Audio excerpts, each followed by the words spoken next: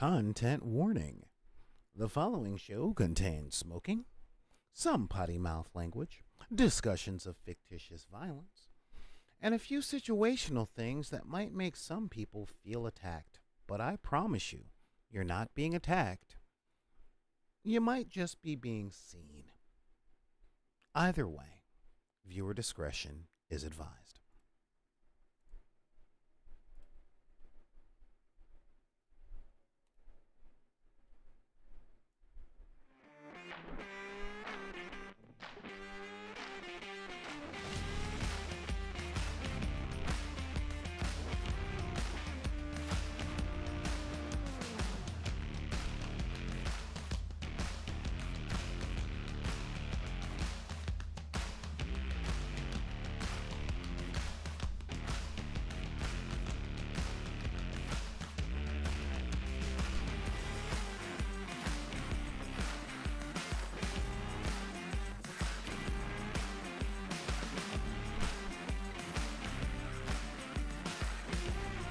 Hey everybody, how you guys doing out there today? I am Solar Gray, the Cinematic Sorcerer, coming at you from the Wizard's Tower, and welcome to the Dark Side of the Room. Now this is the show where we talk about so many different things. Games, life, making friends, keeping friends, more life. Do you know anything about life, Lisa? Because you're tearing me apart. That's right. Come down for the game stuff. Stay for the dad humor and outdated memes.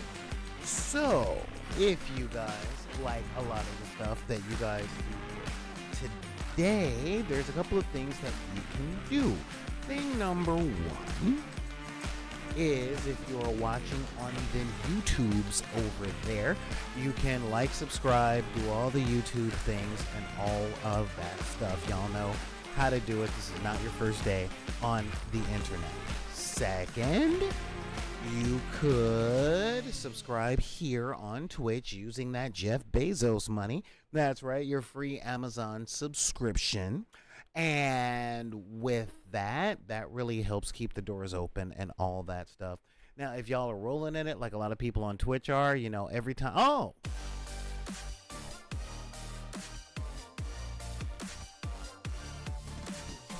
Thank you so much, Zan. Actually, I've got a special thing for you since you decided to re-up your subscription today. I'm gonna say, well, the haters wanna hate.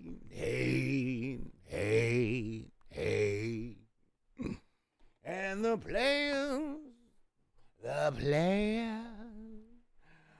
gonna play.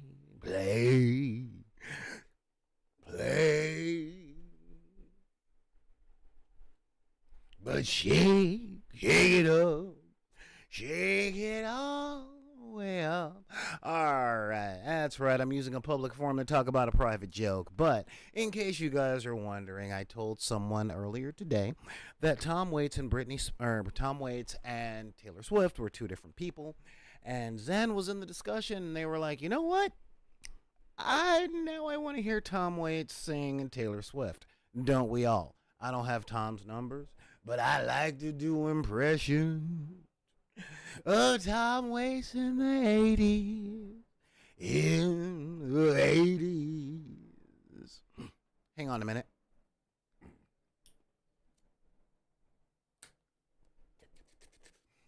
Oh, in the 80s. All right, that's better. So, that is what we're here. Thank you very much. Like, yeah, big Tom Waits impression. I lost many friends listening to Small Change for a lot of years. They're like, you're always so down.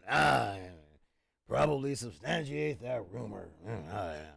So, and of course, like I said, thank you for the subscription. When you guys subscribe a lot of months in a row, I'll probably do something just as silly for you guys. Anyway, if you guys find any sort of, I don't know, value out of what we do, well, I will then put up a little link right here where you guys can join our Patreon or donate or even grab a t-shirt or a coffee cup or something.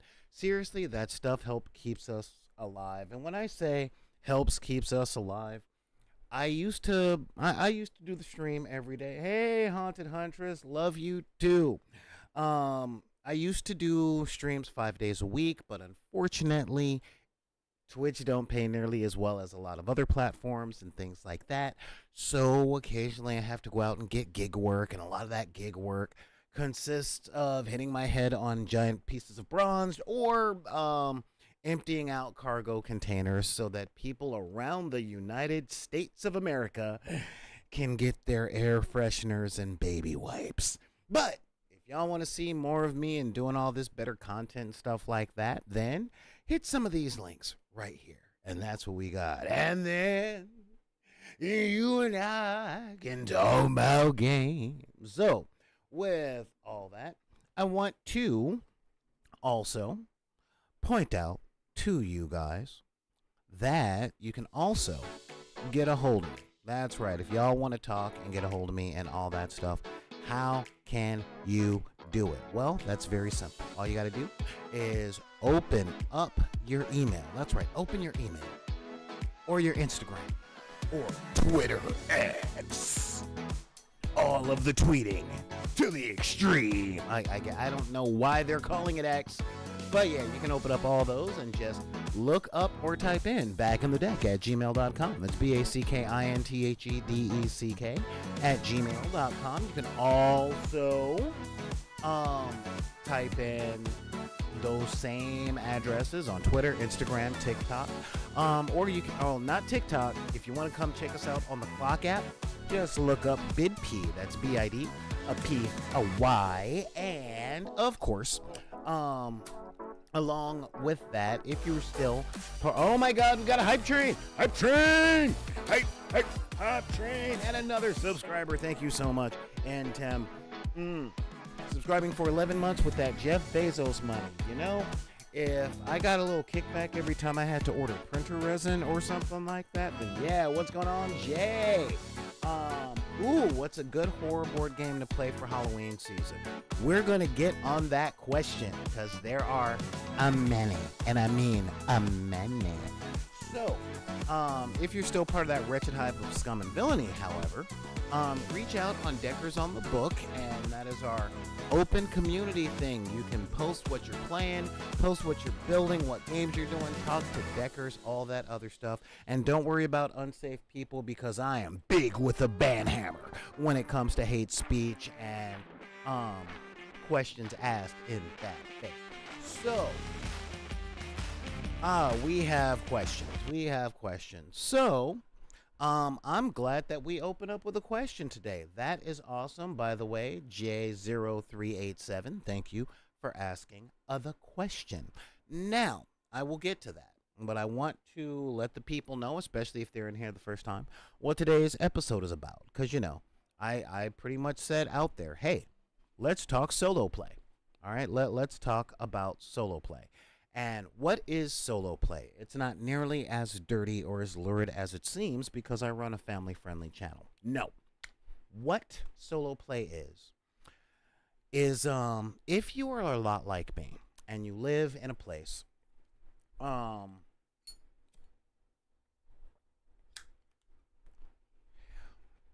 either a place geographically or a place quantumly that you don't get a lot of company, you might find yourself playing games alone, okay? And no, this is not a poor, pitiful me podcast, all right? Let's be real.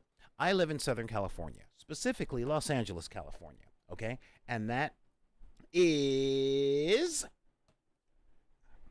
a very, very expensive place to live, okay? I mean a very expensive place. I was out of state for the weekend, and I was doing my little happy dance when I saw gasoline for $4.15 a gallon. I'm like, oh my God, I want to bring all my vehicles here. If only I could open up a portal from my house to this gas station. And then why would I even need a vehicle? Because I'd be able to teleport. Hello. But the real talk on that. that it's very expensive here. Where I live, gas is practically $7 per gallon, and I have three friends that live within 20 miles of where I live. So that means I engage in a lot of solo play. Okay. Be it board games, tabletop miniatures game. I do a lot of things by myself because of my friends that do. Hey, Reed, we got a big raid. Oh, Reed, raiding party. What's going on? Thank you so much, Double Toasted. Oh my God, yeah, my people. You guys are doing it good. Thank you so much for the raid. And we literally just started the show, so stick around, especially you, Nick. I think you might actually get some stuff out of this episode, which is kind of cool. So as I was saying, oh yeah. So, as I said, I live about 20 miles away from most of my gaming people. Okay, um, and that's one part of it. The second part of it is you don't know it by my youthful looks and the fact that even when I'm exhausted, I'm so over the top animated. I'm in my mid 40s, y'all. And I was one of the youngest members of most of my gaming group, which means most of my gaming friends are 50 and over. Okay? And what does this mean? That means as much as they love games, as much as they love hanging out and doing stuff, the real fact of the matter is a lot of them don't have the health that they used to. Okay? One of my main gaming friends literally goes most places and he rides this cool little scooter. And I mean a really cool scooter. It's not like the kind that you get outside of Walmart that you're like going around and bumping into people with and playing bumper carts in the vegetable aisle, so I've heard. No, it's actually a wheeled motorized cooler. So he's got his beers and he's got a little thing and he's just like, hey, but you know, he can't really go a lot of places. So that means I find myself by myself a lot. Okay. So the question is, what is it that I can possibly do to still play games and have fun? And the answer to that is solo play. Now, playing by yourself comes in two different flavors, okay? And I'm going to explain this, so just hang in there. All right? You guys know this when it comes to video games. Remember, I think it was 10, 15, 20 years ago. There were so many party games. We're talking Rock Band, Guitar Hero, all that stuff. But you got no content with it unless you spent practically double the amount of money on DLC as you did on the original game. Anybody else remember those days? But the only way to do that without spending the money to get the good songs and the stuff that your friends might actually remember hearing was to play the game in single player mode until you unlocked everything, in which case you became that guy at the party that was so good that nobody else really wanted to play with them, right? But solo play and tabletop games, board games, card games, whatever, is essentially the same as single player in a video game, all right? Now, one of the ways, like I said, the two flavors that these come down to is this game was designed to be played by yourself, or you have to play the new game by yourself so that when your friends come over, you can teach them the game without having to refer to the rules 3 times in everybody's turn. Okay? And shout out, say, can I get a hell yeah in the comments if you've bought a new game, had to go through the rules, tried to teach your friends, and then thought to yourself, maybe I should have tried this before. You know, I mean, seriously, it used to happen to me all the bloody time.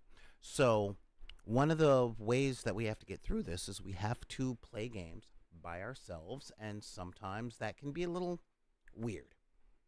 Yeah, weird. The weirdness of it comes from the idea of when a lot of people were young, okay? And I mean like young, young, all right? We're talking back in junior high, high school, and stuff like that. Especially for people my age, playing games was definitely something that was not well or looked upon well. Okay, it really wasn't. So when we're doing the whole looking upon games and stuff like that, what's that? Definitely have had that most recently with Wingspan. Yes. Um. So the whole thing of second thing for you guys that are new here, I was born, raised, and currently live in the hood. All right.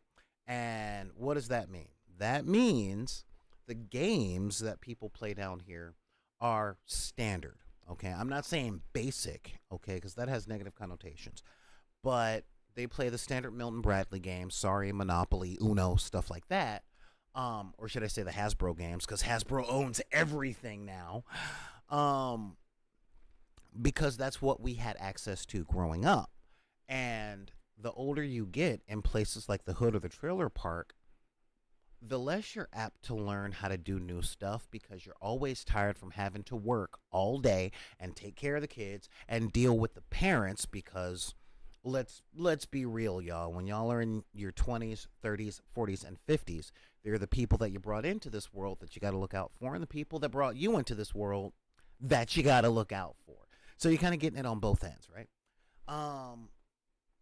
So the more disenfranchised you are, trailer park, neurodivergent, or neurospicy, as my friends and I like to say, the less time you have for learning new things. So we tend to get like one or two hobbies and stuff like that. And a lot of people are just tired of thinking. That's just like, man, I'm so tired of thinking. I don't want to do a thing. But there's a lot of fulfillment that can come with this. Now let's get into what I'm talking about when it comes to single player modes. Okay? Now I myself, having grown up in the hood and was called weird and all that stuff, I have a certain resentment toward solo play because it generally meant that no one else wanted to be around me or do what I wanted to do or learn what I know, that kind of thing. Giving this whole idea of I'm welcomed as long as I fall in line with what they do. Okay? I'm letting you guys know right now. That's called resentment. And those levels of resentment can get in the way of leading a happy life. All right? And I want to be happy. I'm really good at being mad and really good at being sad. So I'm giving this happiness thing a try on. I'm trying to see if it fits, like, yeah, that's why I got the happy turtleneck going. So what are some of the things that we do when we play by ourselves? Now, as you guys know, there are a lot of tabletop board games that are out there in the world now. And because of Kickstarter, we get, no lie, an average of about another 50 to 100 a day. And it's Halloween. Yeah, a lot of people love the Halloween thing, all right? So, let's take a look at a couple of things, okay? That a lot of people will want to do because Halloween is coming up, and that means there's going to be a lot of gatherings. Now, we opened the show today with someone asking the question, what's a good horror board game for play for the Halloween season? Okay? Well, let's get into that. Because there are some really good horror board games, okay? Now, let's seriously get into some of them. Now, I'm going to head over to IGN real quick. I know you guys are thinking, well, dude, if you're just going to answer that question by going blah blah blah, why don't I just look it up? Because I play games professionally and I can let you guys know what my experiences with a lot of that stuff is. Okay? So, let's take a good look. Now, if you're looking for a horror board game, okay, a horror board game in the sense of I want it horrible, I want it scary, and I don't want it cheesy. Okay. Quite honestly, I'm gonna give you a little bit of a guide. Okay. Number one, when you're looking for a new board game, especially one to solo play or play with friends, there are a couple of things you got to look out for. All right. Number one is age restriction. Okay, that is a really big thing. Not because it might be inappropriate for kids. That ain't how I roll. All right. The age restriction will literally help determine the difficulty of the game without you having to open it and play it. Okay? This is a real thing. So, games that are made for, say, 8 to 12-year olds are not going to be as crunchy or as complex or as challenging as a game meant for those that are 16 and up. All right. Um, one of the biggest one of the biggest examples I have of that are the German-based board games, things like Ticket to Ride, Power Grid, Settlers of Catan, that kind of thing. Standard Settlers of Catan has a decent amount of moving pieces, but the one for kids has far fewer, and that's the point I'm making. So, the first one I want to take a look at over here is hang on here. This is doo doo doo. Now, I'm going to open this up real quick and say the first thing to answer your question, Jay, is if you're looking for a new horror game, you have to ask yourself two questions. Do I want Universal or do I want Lovecraft? Those are the two main questions that come up when it comes to your buyer's guide. Okay. Um, there are games like Werewolf and like Codename is good, Werewolf is good. They're pretty much the same game, different skins. All right. But a lot of games involve the Universal movie monsters, and a lot of games involve the H.P. Lovecraft universe. You know, Cthulhu, tentacles, things that are neither pieces of lunch meat nor are they auto parts, but they are something hideous and unholy from betwixt the twain that man should not know, and to gaze upon it would cause madness. You know, that kind of thing. Um, mm. Oh, we're gonna get there, okay? Um, because really there's four genres, but um those are the two big ones when it comes to horror, okay? The games that might actually scare folks. We also have the slasher based or the survival based games and the zombie games. Okay, so you got zombie, slasher, universal movie monster, or Cthulhu. All right, that's the whole thing. Now, if you have friends that are some serious board gamers, okay, and you guys play board games all the time, if you get together and there is a game night twice a month or more, I'm going to recommend some classics, okay, if you haven't already played them. Classic number one, um, hang on.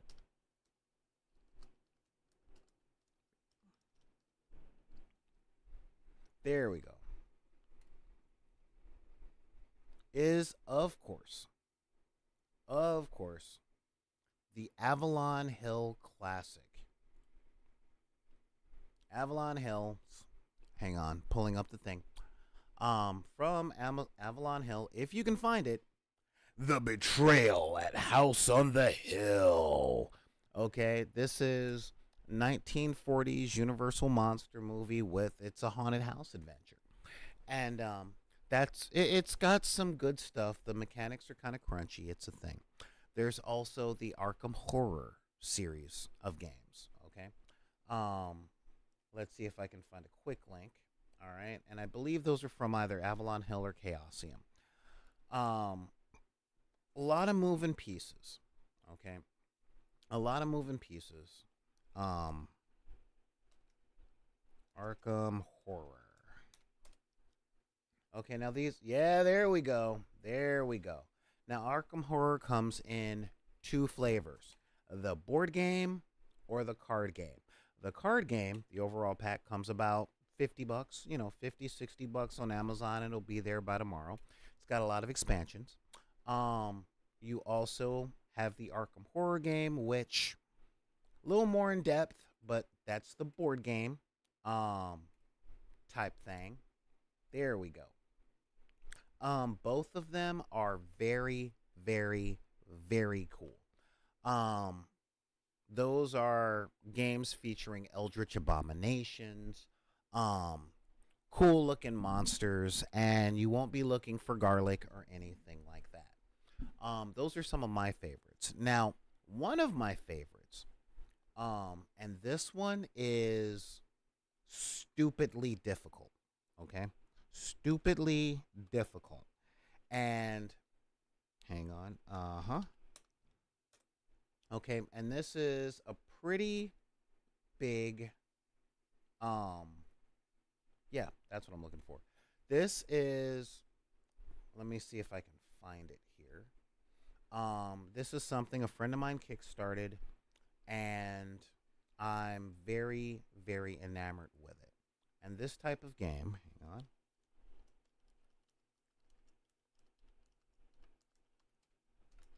There we go. Boom. That's what I'm talking about. This one, I believe, is from Noble Knight Games. Yes. Uh-huh.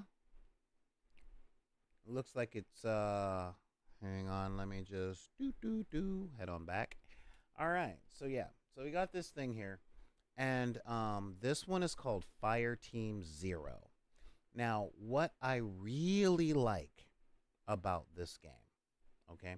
And I mean this a lot.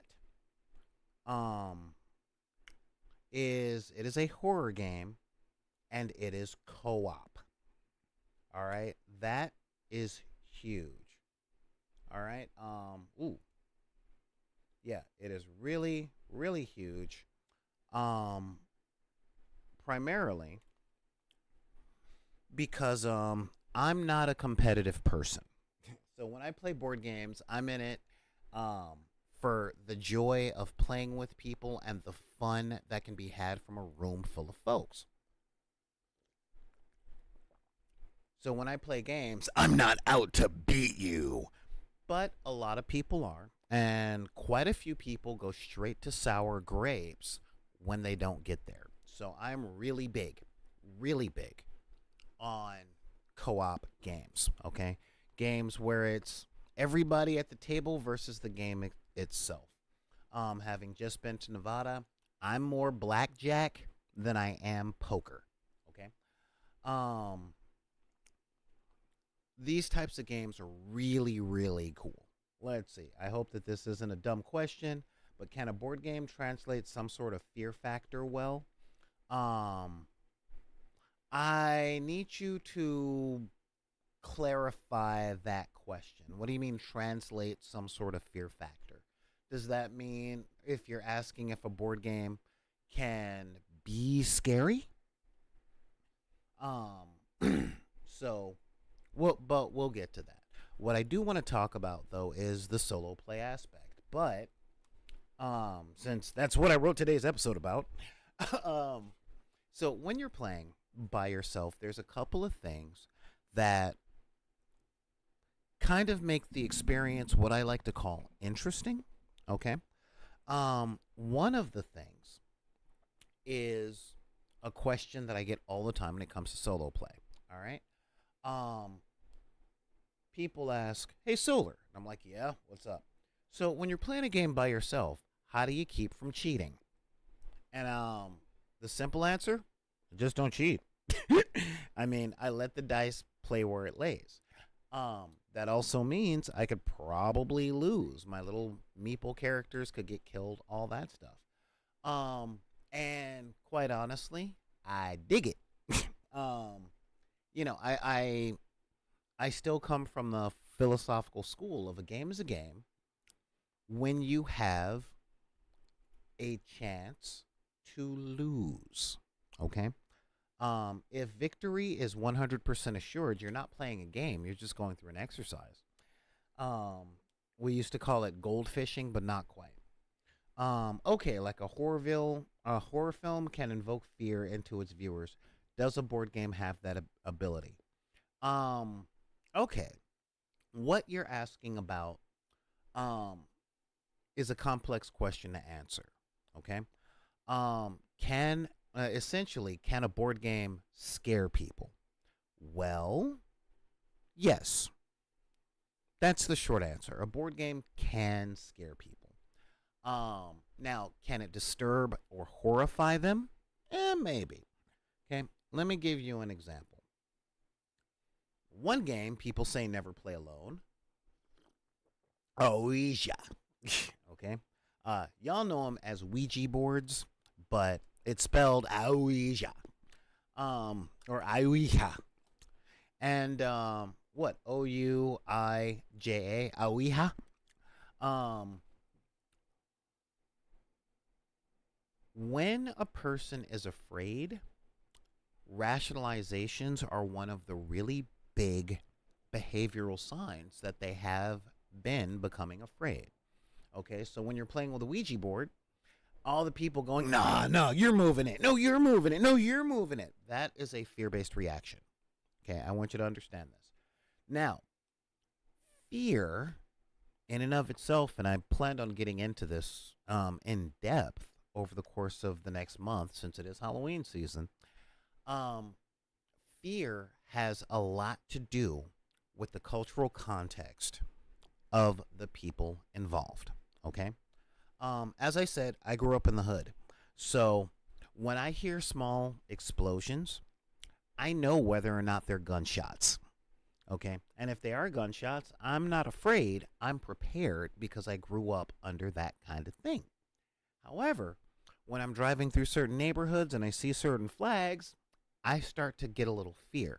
So I also grew up in sort of a spiritual house where we didn't fear monsters or ghosts because we were more afraid of the people that were walking around. You get what I mean? So, can a board game instill fear? Yes, with help. Okay? That help comes from a cultural understanding of the people that are playing, i.e., what scares them. And second, the people playing the game setting the mood. Okay? Just like when you have a date, you got to set the mood. When you're trying to scare people with board games or trying to get that area of fear, you can totally set the mood. Okay. Back in the 90s, we had certain types of board games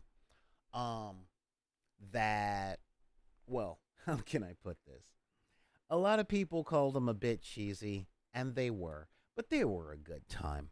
Um, and they were board games that came with a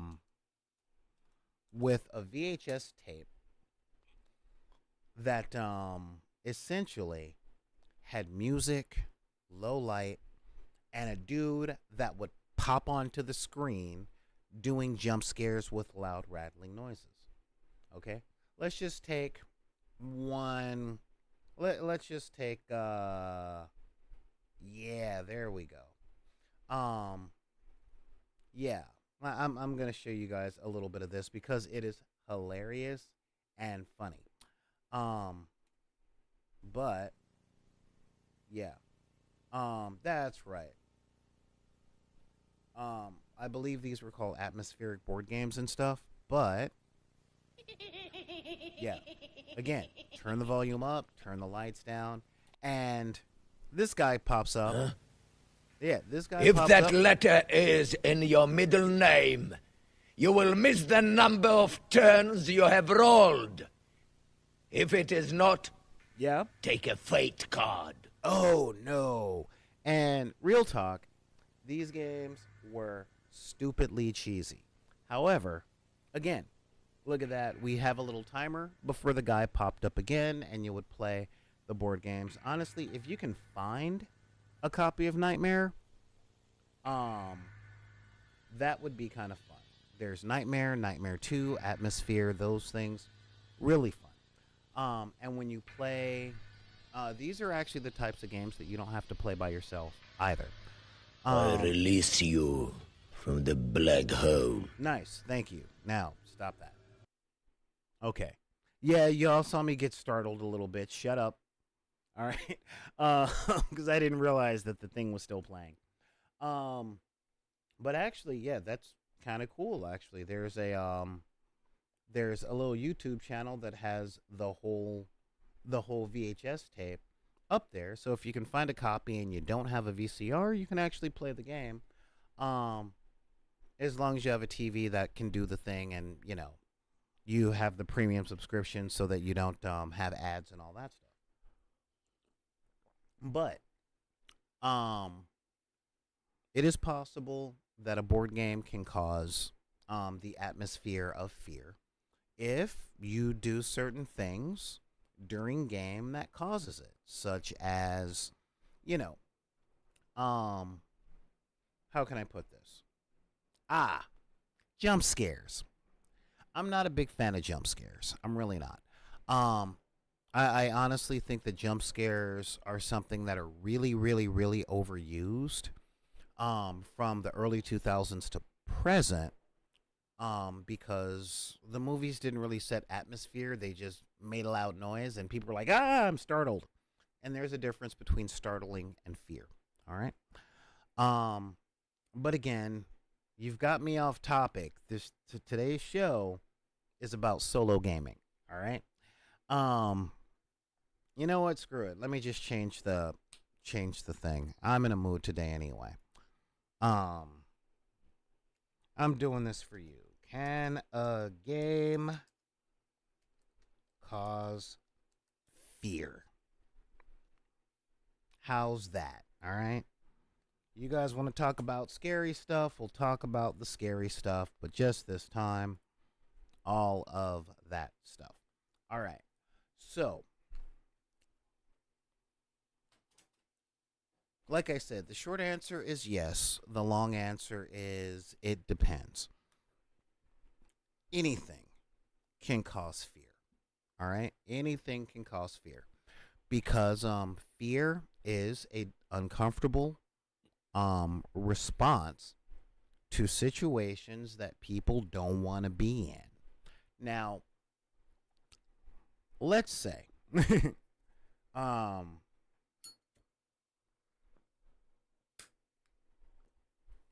let's say you just got a plain old copy of Zombicide, right? You know what? I'm actually gonna Zombicide. And that is totally a game where the zombie hordes are coming in, and you and your guys are heroes, and you're fighting off zombies, and you're trying to save the city, and that's all cool, okay? If you had a sort of it's okay, it's all right. If you had a good backing track for playing the game, some sort of spooky music going, and you decided to play Zombicide using certain house rules like 2 square visibility. All right. And what do I mean by 2 square visibility? Simple. The players on the board couldn't see more than 2 squares ahead, so they never knew where a zombie was going to pop up. That would be awesome. Those are the kinds of things that can cause fear. And why is that? You might ask. Why? Why can a game or certain presentations of game cause fear? Well, we have to understand what fear is. Okay? So, let's get into a little psychology and a little neuroscience, all right? In this thing that folks call the lizard brain, the medulla oblongata, we have certain instincts, okay? And within those instincts are 3 things, okay? This is why they call it lizard brain. Self-preservation, procreation, hang on.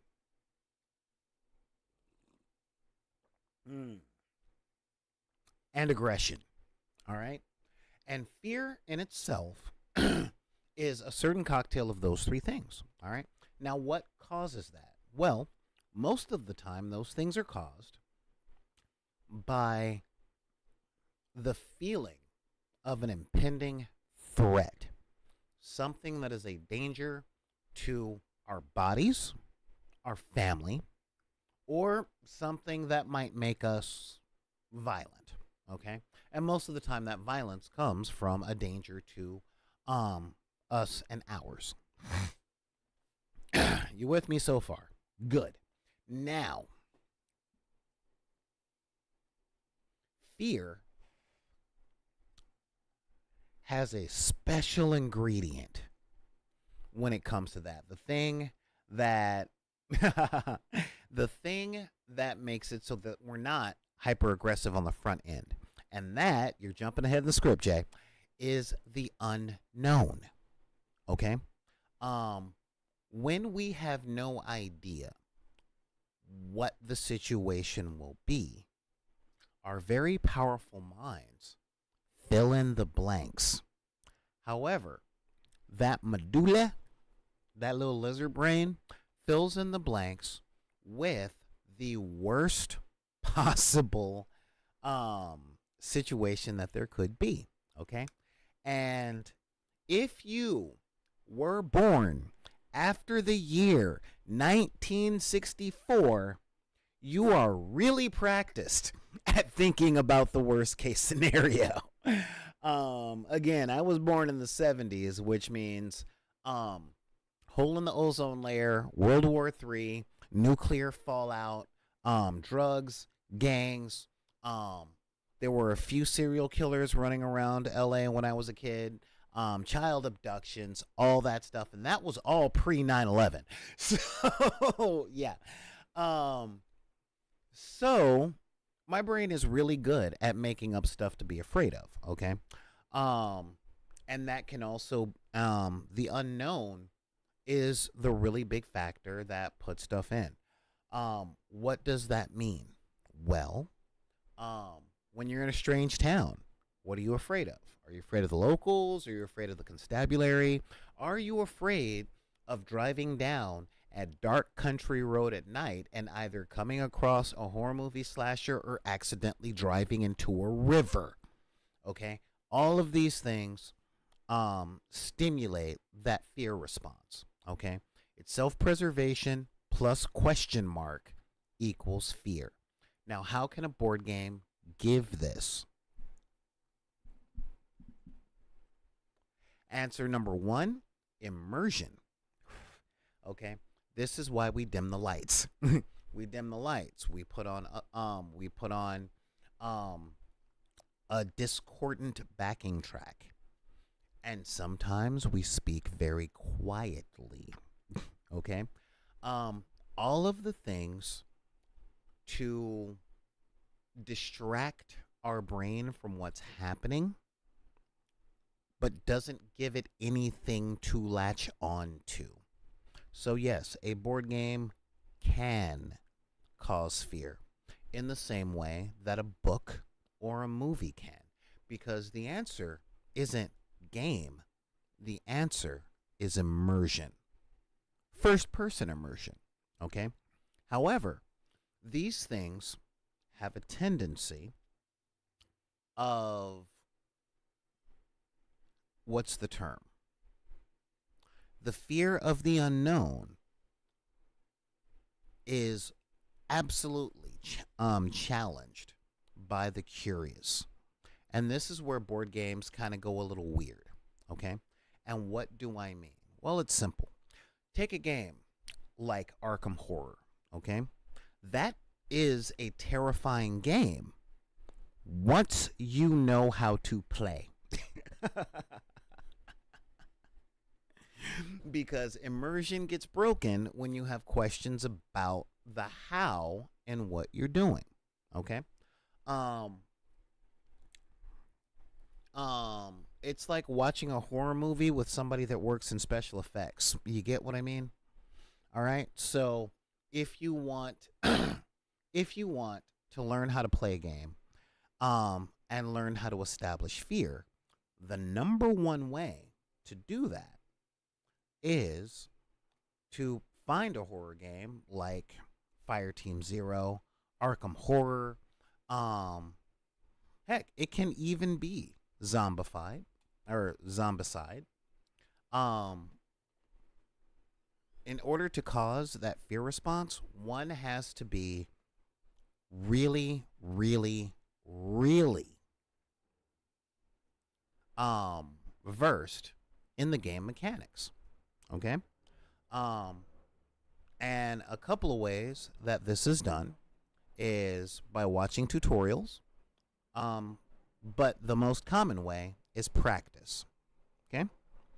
So, again, if you're looking for a game to play with your friends for Halloween, Betrayal on House on the Hill, if you can find a copy of Nightmare or Atmosphere, do that. You might be able to find it on eBay. Or, of course, the Arkham Horror series, card game or board game, either one. But you have to learn how to play it. And that brings me back to today's topic, solo play. Okay, most of the time, solo gameplay is done when you're either by yourself and don't have access to other players, or you're trying to learn a game well enough to teach it. You with me so far? Can you hear me in the back? All right. Now, playing a game by yourself has a couple of challenges. Number one, there is rule interpretation. How am I going to play this game by myself, especially if it's new, and get the rules right? Well, I have a couple of rules of thumb for playing by yourself in order to get the rules right. Number one, if the thing that you're looking for makes the game really easy to beat, chances are you're doing it incorrectly. Okay, that really is a thing. If the game is within your age range to play, all right, that's a really big thing. All right, I mean, I don't want to get into game design and stuff like that. However, the risk of losing is what makes games fun. Okay, not the certainty of losing. No, my friend, not the certainty, just the risk. All right, just the risk, not the certainty.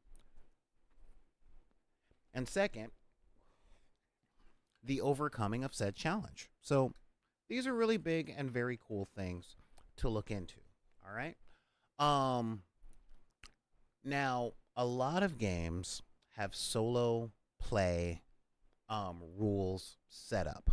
All right, really solo play rules that are easy to set up, that allow you to play alone. However, for the games that are meant for 2 or more people, there are serious things that you can do in order to play by yourself. Let's take games like card games. It's really easy to play a card game for 2 or more people by yourself, okay? Because there are 2 rules that really apply more than any other way to do it. If it's a head-to-head game, simple. No peeking, no takey backsies. All right? Those are the 2 main things. That's how you don't cheat. Okay? If another person was there, you wouldn't be able to see their hand. You wouldn't be able to see their stuff. The best you could do is go, how would I play against that? What do I think they're holding? All right? When you're playing miniatures games, it's really simple, but very difficult. Okay? It becomes more challenging. And that is to stay neutral. Play the game in a way where you're curious about the outcome. All right? Just stay curious about the outcome. Now, some games have solo rules that are punishing. Oh my God, they are just terribly difficult rules. And and most of them are from Osprey Games. I'm talking Frostborn, um, what else? Stargrave, Rangers of Shadow Deep. Those games are punishing to play solo, but also rewarding when you win. Um, but I know I'm doing my best to get past the stigma of playing by myself, because when I put down my figures or set up the board or whatever, the Charlie Brown song starts going off in my head, and I just get a little all Bobby Boucher, you know. But since it's all mine, I don't want to flip the table and break more miniatures, because that's a way to glue some stuff back together. Don't like losing cards and stuff like that. All right, but seriously speaking, in order to establish a good play alone experience, all right, learning the rules is a good way to do it, and playing alone is a good way to learn the rules. It may seem contradictory, but no, it's a divine spiral. Okay, I mean it seriously is. Figuring out how the rule works, and testing the rule and all that stuff. It's just so it's so gratifying. Um, and once you can do that stuff, then, well, Einstein has this had this saying that you don't really understand something until you can teach it to someone who's never seen it before. All right? And I love understanding. Y'all know I love getting it. I love getting stuff. So much to my chagrin, I end up playing by myself a lot. So I'm gonna make today's episode a little short, because I planned on doing something for you guys, but I just could not get my computer to work it. But I may do a bonus show tomorrow where you guys get to stream and watch me get frustrated as I try and learn Tabletop Simulator, you know. But if y'all got any more questions or comments or anything like that, feel free, and I mean that, feel free to send in an email to backinthedeck@gmail.com. That's BACKINTHEDECK@gmail.com. You can also hit me up at Twitter and Instagram on the same things. And of course, Deckers on the Boat on Facebook. All right, guys. Thank you guys for being here today. Super thanks to Double Toasted for sending a raid and all that stuff. Serious thanks to Vision Vendor, Xanathage, Jay for the question, M10 for the subscription, and the Hype Train and all that stuff. And thank you guys. Seriously, thank you guys for being here. We've got some interesting stuff going on this week, and if y'all got those spooky Halloween questions and stuff, be patient. We're going to be covering a little bit at a time over the next month, okay? But with that, I gotta say thank you. And if anybody tells you that you can't like what you like because of the circumstances of your birth, be it race, religion, creed, gender identity, sexual orientation, disability, or your budget, then you can look those people dead in the windows of their soul and tell them to put their cards back in the deck. This is Solar Gray, the Cinematic Sorcerer, saying thank you guys, and we will see you next time on the dark side of the room.